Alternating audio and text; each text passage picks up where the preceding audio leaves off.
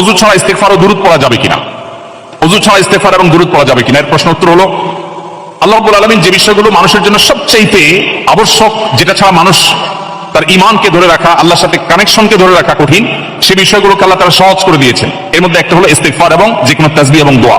একজন ঈমানদার প্রতিটা মুহূর্তে আল্লাহর কাছে দোয়া করার মুখাপেক্ষী। নবীজি সাল্লাল্লাহু আলাইহি সাল্লাম বলেছেন, কোন ব্যক্তি তার জুতার ফিতা যদি ছিঁড়ে যায়, খুব ছোট একটা বিষয়, মাইনর একটি বিষয়, যেটি সে চাইলেই খুব সহজেই সমাধান করতে পারে, এই মুহূর্তেও সে যেন আল্লাহর কাছে দোয়া করে, আল্লাহ এটা একটা বিপদ হতে পারে ছোট, আপনি আমার বিপদ থেকে রক্ষা করুন। তো প্রতি মুহূর্তে যেহেতু আমাদের দোয়া করতে হয়, এই জন্য দোয়ার জন্য ওযু শর্ত নয়, কারণ প্রত্যেকবার ওযু করে দোয়া করা এটা আমাদের জন্য কঠিন হবে। এই জন্য আল্লাহ তাআলা দোয়ার জন্য ওযুর কোনো শর্ত রাখেননি। একজন ঈমানদার বিনা ওযুতে এবং যেই কোনো মুহূর্তে, এমনকি গোসল ফরজ হলেও ওই মুহূর্তে একজন ঈমানদার আল্লাহর কাছে দোয়া নিবেদন করতে পারেন, ইস্তেগফার করতে পারেন, তাসবিহ তাহলিল পড়তে পারেন এবং দুরূদ পাঠ করতে পারেন।